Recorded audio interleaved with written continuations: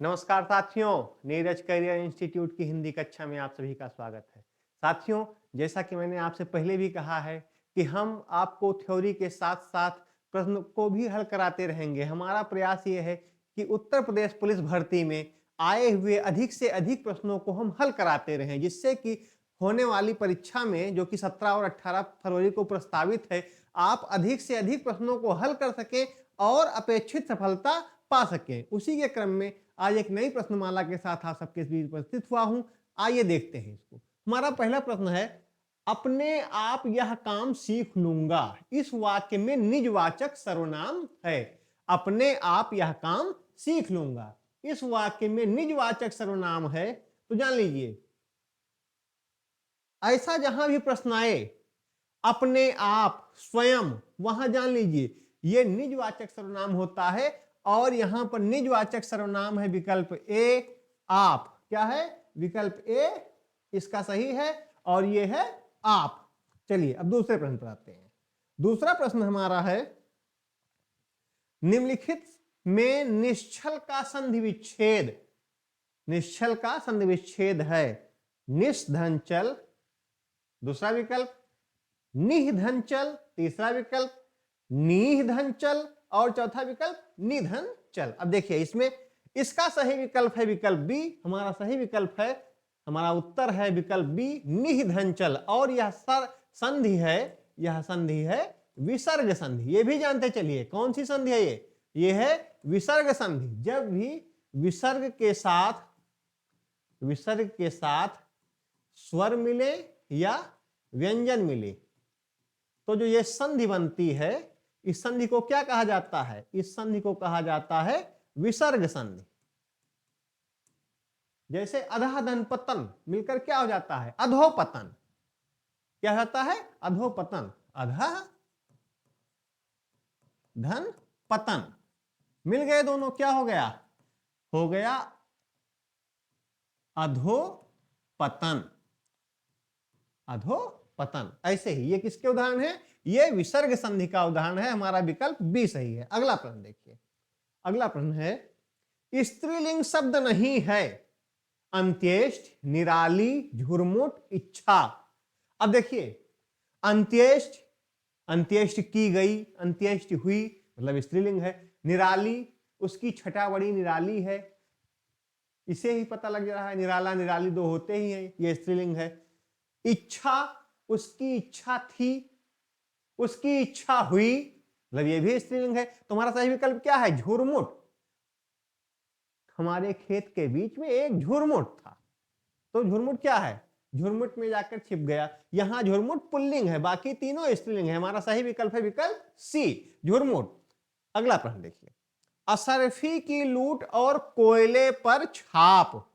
असरफी की लूट और कोयले पर छाप मुहावरे का सही अर्थ होगा, पहला मूल्यवान वस्तु की रक्षा करना और तुच्छ वस्तु को नष्ट करना, दूसरा मूल्यवान वस्तु को नष्ट होने देना और तुच्छ वस्तु की रक्षा करना, तीसरा मूल्यवान वस्तु की चोरी करना और तुच्छ वस्तु को छोड़ देना, चौथा तुच्छ वस्तु की चोरी करना और मूल्यवान वस्तु को छोड़ देना। हमारा सही विकल्प है विकल्प बी मूल्यवान वस्तु को नष्ट होने देना और तुच्छ वस्तु की रक्षा करना। यहां क्या आ रहा है? असरफी की लूट हो रही है, कोई बात नहीं, लेकिन कोयले पर अपनी छाप रखे रहो, कोयले को ना कोई चुरा नहीं पाए, कोयले को कोई ना लूट ना पाए। इसीलिए कहा गया इसको असरफी की लूट, कोयले पर छाप मतलब मूल्यवान वस्तु को नष्ट होने देना। उसको कोई लूट ले जाए, नष्ट हो जाए, कोई फर्क नहीं, लेकिन जो तुच्छ वस्तु है उसकी हम रक्षा करते रहेंगे। सोना लुट जाने दो और जो लोहा है उसकी हम रक्षा करते रहें, वही वाली बात। मतलब मैं ये नहीं कह रहा हूं कि लोहा किसी से कमतर है, लेकिन अगर तुलना करना हुआ तो तुलना किया जा सकता है। अगला देखिए, खरी खोटी सुनाना मुहावरे का अर्थ होगा स्पष्ट कहना, भला बुरा कहना, भाषण देना या पाठ पढ़ाना। इसका सही विकल्प होगा विकल्प बी भला बुरा कहना। खरी खोटी सुनाने का मतलब ही होता है कि भला बुरा कहना। किसी को मैंने आज उसे खूब खरी खोटी सुनाई, मतलब मैंने जो अपने दिल का गुबार था उसे निकाल दिया उस पर और उसे खूब भला बुरा कहा। अगला प्रश्न देखिए, राजा भोज का सपना किसकी कृति है? बहुत महत्वपूर्ण क्वेश्चन है। राजा भोज का सपना किसकी कृति है? देखिए विकल्प है हमारे भारतेंदु हरिश्चंद्र, राजा शिव प्रसाद सितारे हिंद, इंसा अल्लाह खां, प्रताप नारायण मिश्र। इसका सही विकल्प है विकल्प बी, राजा शिव प्रसाद सितारे हिंद। राजा शिव प्रसाद सितारे हिंद की रचना है राजा भोज का सपना। जब हम हिंदी का शुरुआती इतिहास पढ़ते हैं तो उसमें सदल मिश्र, लल्लू लाल और इसके साथ साथ किसका नाम मिलता है? इसके साथ साथ दो राजाओं का नाम मिलता है। वो तो चार लोग हैं, लल्लू लाल सदल मिश्र के साथ साथ मुंशी सदासुख लाल हैं, और इनमें राजा शिव प्रसाद सितारे हिंद एक और राजा मिलते हैं, राजा लक्ष्मण सिंह। इन दो राजाओं का हिंदी के विकास में बहुत बड़ा योगदान है। नाम आप ये याद रखिए। तीन नाम मैंने बता दिए, मुंशी सदासुख लाल, लल्लू लाल और सदल मिश्र। चौथा नाम आपको बताना है कि वो चौथे कौन से लेखक थे। चलिए देखिए अगला प्रश्न, निराला की साहित्य साधना किसकी कृति है? निराला की साहित्य साधना किसकी कृति है? इसका सही जवाब है, पहले विकल्प देख लीजिए, रामविलास शर्मा, हजारी प्रसाद द्विवेदी, नामवर सिंह, भवानी प्रसाद मिश्र। इसका सही जवाब है विकल्प ए, रामविलास शर्मा। डॉक्टर रामविलास शर्मा की कृति है निराला की साहित्य साधना, जिसने उन्होंने, ये क्या थे? रामविलास शर्मा समीक्षक थे। क्या थे? समीक्षक। ये पुस्तकों की समीक्षा करते थे, उस पर अपनी आलोचनात्मक टिप्पणी रखते थे। तो इन्होंने निराला जी की साहित्य पर, उनकी साहित्य साधना पर ये समीक्षा, अपनी टिप्पणी लिखी है। अगला प्रश्न देखिए। अगला प्रश्न है, ठीक समय पर आ जाना वाक्य में कौन सा कारक है? ठीक समय पर आ जाना। अब जैसे ही कारक आ गया आप आठों कारक पढ़ डालिए। कर्ता ने कर्म को करण से, ऐसे पूरा पढ़ डालिए। अब देखिए किसमें मिलता है? में और पर किसमें मिलता है? में और पर मिलेगा अधिकरण कारक में। किसमें? अधिकरण कारक में। और यहां पर क्या आया है? पर कहां आया है? यहां आया है। ठीक समय पर आ जाना वाक्य में कौन सा कारक है? इसमें पर मिला है। पर किसमें आता है? पर आता है अधिकरण कारक में। हमारा सही विकल्प है विकल्प डी, अधिकरण कारक। ठीक समय पर आ जाना में अधिकरण कारक है। इसको पूरा ऐसे आठों पढ़ डालिए, एक साथ याद हो जाएगा, कोई दिक्कत नहीं है। और एक बात जान लीजिए, जब क्वेश्चन ये हल कराया जा रहा है तो इसको मान लिया जा रहा है कि आप सभी को पढ़ चुके हैं। इसीलिए अगर मैं कोई चीज छोड़ रहा हूं तो यह मतलब नहीं है कि आप उसको न जानिए, आप उसको फिर से पढ़िए। देखिए अगला प्रश्न, ब्राह्मी लिपि से किस लिपि की उत्पत्ति हुई? देवनागरी, खरोष्ठी, कैथी या चौथा विकल्प उपरोक्त सभी? देवनागरी की ये उत्पत्ति भी ब्राह्मी से हुई है, खरोष्ठी की भी हुई है, कैथी की भी हुई है। तो इसका सही विकल्प है विकल्प डी, उपरोक्त सभी। ये जितनी भी लिपियां हैं सबकी उत्पत्ति किससे हुई है? ब्राह्मी से। यह जननी लिपि है ब्राह्मी, जिससे सभी की उत्पत्ति हुई है। अगला प्रश्न, बालक फुटबॉल खेल रहे हैं वाक्य में कौन सा कारक है? अभी देखिए मैंने इसके पहले वाले प्रश्न में कहा था कि कारक को आप याद कर डालिए। अब यहां देखिए कौन सा कारक होगा, यहां शब्द कौन सा छिपा हुआ है, पहले आप ये देख लीजिए। इसमें कह रहा है बालक फुटबॉल खेल रहे हैं, इसमें छोड़ दे रहा है, यहां पर लिखा है से, यहां विलोपन हो गया है। बालक फुटबॉल से खेल रहे हैं। अब आप देखिए से किसमें आएगा? कर्ता ने कर्म को करण से। करण कहां है? विकल्प सी। विकल्प सी हमारा सही है, करण कारक, क्योंकि इसमें से आ रहा है, से यहां मिल रहा है, इसीलिए हमारा विकल्प सी सही है। बालक फुटबॉल खेल रहे हैं में कौन सा कारक है? करण कारक। अगला प्रश्न देखिए, निम्न में कौन एक वचन है? निम्न में कौन एक वचन है? आंसू, प्राण, आकाश, दर्शन। अब देखिए आंसू, प्राण और दर्शन ये तीनों बहुवचन हैं, इनका एक वचन नहीं होता। ये जब भी प्रयोग किए जाते हैं बहुवचन में ही प्रयोग किए जाते हैं। इनमें केवल एक है आकाश, विकल्प सी, जो एक वचन में प्रयोग किया जाता है। हमारा सही विकल्प है विकल्प सी, आकाश। आकाश क्या है? आकाश एक वचन है। आहा, अगला प्रश्न देखिए, आहा क्या मौसम है में कौन सा अव्यय है? जैसे ही आप देखिए आप विराम चिन्हों पर भी ध्यान दिए रहिए और ये भी ध्यान दिए रहिए अव्यय में भी। अब यहां कौन सा देख लीजिए निशान लगा है, कौन सा, ये कौन सा है, ये है विस्मयादि बोधक। कहां लगा है, ये देखिए हमारा विकल्प डी सही है। इसमें कौन कौन से विकल्प थे, क्रिया विशेषण नहीं है, संबंध बोधक नहीं है, समुच्चय बोधक नहीं है क्या, है विस्मयादि बोधक। क्या मौसम है, जब हम आश्चर्य, शोक, घृणा, खुशी ये सब व्यक्त करते हैं वहां पर विस्मयादि बोधक चिन्ह का प्रयोग होता है। देखिए यहां लगा हुआ है, क्या मौसम है। तो यहां कौन सा विकल्प सही है, विकल्प डी विस्मयादि बोधक अव्यय। अगले प्रश्न पर चलिए। वाच्य के कितने भेद होते हैं, 3, 4, 2, 5। इसका सही विकल्प है विकल्प ए, वाच्य के 3 भेद होते हैं। कौन कौन से, ये भी जान लीजिए, कर्तृवाच्य, कर्मवाच्य, कर्मवाच्य और भाववाच्य। क्या होगा, भाववाच्य। कर्तवाच्य, रमेश ने फल खाया, कर्मवाच्य, फल रमेश द्वारा खाया जाता है। और भाववाच्य, रमेश से दौड़ा नहीं जाता। ठीक, ये तीनों कौन से हैं, ये वाच्य के उदाहरण हैं।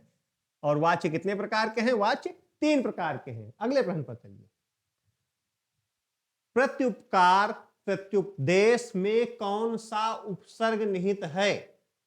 अब जैसे ही ये शब्द मिल गया, आप पहले इसका संधि विच्छेद कर लीजिए। प्रत्युपकार, प्रत्युपकार, जैसे ही आप संधि विच्छेद करेंगे इसका, ये आएगा प्रति धन उपकार। प्रत्युपदेश का करिए, प्रत्युपदेश का जब आप करेंगे तब आपको मिलेगा प्रति धन उपदेश। मुझे लगता है उत्तर आपको मिल चुका है कि इसका जो उपसर्ग लगा है वो उपसर्ग क्या है, उपसर्ग है प्रति। विकल्प हमारा बी सही है। प्रत्युपकार और प्रत्युपदेश में प्रति उपसर्ग मिला हुआ है। क्या मिला हुआ है, प्रति उपसर्ग मिला हुआ है। उपसर्ग शब्द के पहले लगता है और प्रत्यय शब्द के बाद लगता है। अब देखिए अगला प्रश्न, हिंदी के प्रथम कवि कौन हैं। हिंदी के प्रथम कवि कौन हैं, जानना बहुत जरूरी है कि हिंदी के प्रथम कवि कौन हैं। तो हिंदी के प्रथम कवि, विकल्प देखिए, अमीर खुसरो, चंद्रवरदाई, सराहपा या स्वयंभू। विकल्प सी सही है। हिंदी के प्रथम कवि हैं सराहपा और इनकी प्रथम रचना है दोहा कोश। इसी रचना को प्रथम रचना कहा जाता है। क्या है, दोहा कोश। और इनको कहा किसने है, इनको कहा है डॉक्टर राहुल सांकृत्यायन ने। राहुल सांकृत्यायन ने इनको हिंदी का प्रथम कवि माना है। प्रथम कवि किसके, किसने कहा, डॉक्टर राहुल सांकृत्यायन ने। किसको, सराहपा को। ये क्या लिखते थे, ये बौद्ध ग्रंथ भी लिखते थे। क्या लिखते थे, बौद्ध ग्रंथ लिखते थे। कौन, सराहपा, हिंदी के प्रथम कवि। और हिंदी की प्रथम कवियत्री, यही जान लीजिए, हिंदी की प्रथम कवियत्री कौन है, डॉक्टर महादेवी वर्मा।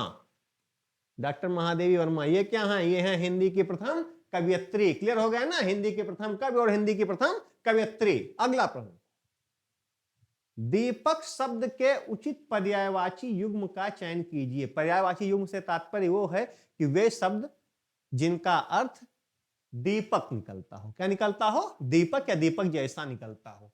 कभी कभी पर्यायवाची सेम वैसे ही नहीं होते, लेकिन वैसे ही हो जाते हैं, माने जाते हैं, हाँ वैसे ही हैं। अब विकल्प देखिए, प्रदीप, दिया, दीप, या विकल्प बी दिन, वासर, अहा। तीसरा विकल्प खल, पामर, दुष्ट। चौथा विकल्प सुर, देव, अमर। इसका विकल्प ए सही है। प्रदीप का अर्थ भी दीपक होता है, दिया का अर्थ भी दीपक होता है और दीप का अर्थ भी दीपक होता है। विकल्प ए सही है हमारा। प्रदीप, दिया और दीपक का क्या अर्थ है, इसका सही पर्यायवाची युग्म क्या है, यह है पहला विकल्प, प्रदीप, दिया और दीप। अगला प्रश्न, श्रम साध्य में कौन सा समास है। श्रम साध्य में कौन सा समास है। श्रम साध्य पहले लिख लीजिए, मैंने कई बार बताया है, समास को जब आप विग्रह करना जान जाएंगे तभी आप जान पाएंगे कि कौन सा समास है। मतलब